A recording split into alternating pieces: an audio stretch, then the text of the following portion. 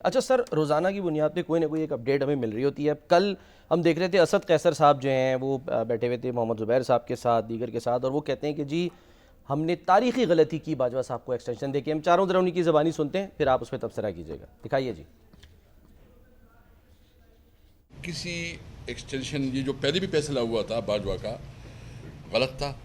और ये हमारा तारीखी तौर पर मैं समझता हूँ कि ये एक गलत फैसला था, जिस पे हम पूरी कौम से माजरत ख्वाह हैं और आइंदा के लिए किसी इस किस्म के फैसले का हिस्सा नहीं बने। और आज शामी साहब ये भी सुन लें, जो आज उन्होंने खुसूसी तौर पे दुनिया न्यूज़ से गुफ्तगू की, ग्रैंड डायलॉग की उन्होंने फिर बात की। सब कुछ लौटा के होश में आए तो क्या हुआ। देर कर दी, मेहरबान आते। दिखाइए जी। चलिए फिर भी अच्छा है। हाँ, असद कैसर साहब। हम समझते हैं कि एक ग्रैंड डायलॉग की ज़रूरत है, और ग्रैंड डायलॉग से मतलब ये है कि ये हैबिट सिस्टम नहीं चलता। मुल्क को कैसे चलाना है, मुल्क कैसे आगे बढ़ेगा और मुल्क का मुस्तकबिल क्या होगा, एक बड़े एजेंडे पे बात करना चाहते हैं। ये नहीं चाहते कि हम जो है ना इस हुकूमत को कहें कि आप हुकूमत करें और जो ना आपके साथ, नहीं नहीं, ये नहीं। एक तमाम पॉलिटिकल पार्टीज जो है ना, जो कि 1973 का आईन है उसके मुताबिक मुल्क को कैसे चलाएं, आइंदा का इलेक्शन हो वो कैसे हो, और मतलब फ्री एंड फेयर इलेक्शन हो, वोट को इज्जत देने का जो बात है कि कैसी आवाम के वोट को जो है ना उसको रिस्पेक्ट दी जाए, उसको प्रोटेक्ट किया जाए, और आवाम के मुंतखब नुमाइंदी पार्लियामेंट में बैठ जाए, और वो पार्लियामेंट भी तमाम पॉलिसी साजी का इख्तियार वो पार्लियामेंट के पास हो। बड़ी अच्छी ख्वाहिशात हैं। जब वो इख्तदार में थे और उस वक्त इस तरह की ख्वाहिशात जो हैं उनका इजहार होता, और खान साहब, इमरान खान साहब भी ये उसको ओन करते, तो तब और बात होती। अब तो यानी दूध जो है गिर गया है, अब उसे इकट्ठा करना है। भाई बात यह है कि ये बात जो है इमरान खान साहब की ज़ुबान से आनी चाहिए। अच्छा। पहले असद कैसर ये करें कि खान साहब की ज़बान से ये बात कहलवाएं। अच्छा। एक और दूसरी बात ये कि अब जब इख्तदार में होते हैं तो अपोजिशन को तस्लीम नहीं करते।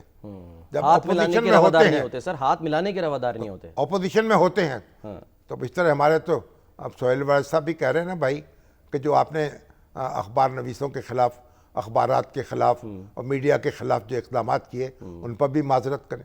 जिस तरह मीर शकील रहमान को कैद किया गया, और जिस तरह यानी एक बेबुनियाद मुकदमे में और मुख्तलिफ लोगों को, किसी का प्रोग्राम बंद किया गया, किसी को जेल में डाला गया, किसी के ऊपर मुकदमा बनाया गया, किसी के खिलाफ कैंपेन चलाई गई, तो सारा माफ़ी मांगने के मकामात तो बहुत से हैं सर, और माफ़ी मांगनी, लेकिन बुनियादी बात यह है 9 मई कि सियासतदान जो हैं, सियासतदान एक दूसरे को तस्लीम करें, एक दूसरे के साथ बैठें और एक दूसरे को जीने का हक दें।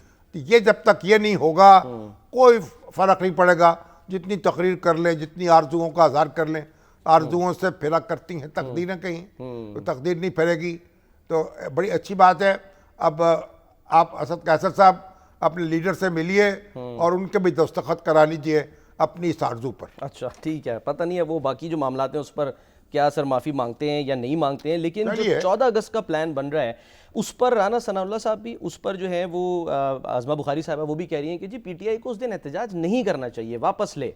आपको लगता है शामी साहब कि ये पीटीआई इस पर सोच विचार करेगी या नहीं? जैसे अब कहा जा रहा है, बैरिस्टर गौहर साहब ने आज कहा कि नहीं जी तहरीक जो है वो जारी रहेगी। पीटीआई जो है वो अपने तरीके से सोच रही है, और पीटीआई तो मेरा ख्याल, मुझे नहीं लग रहा कि कॉल वापस लेगी।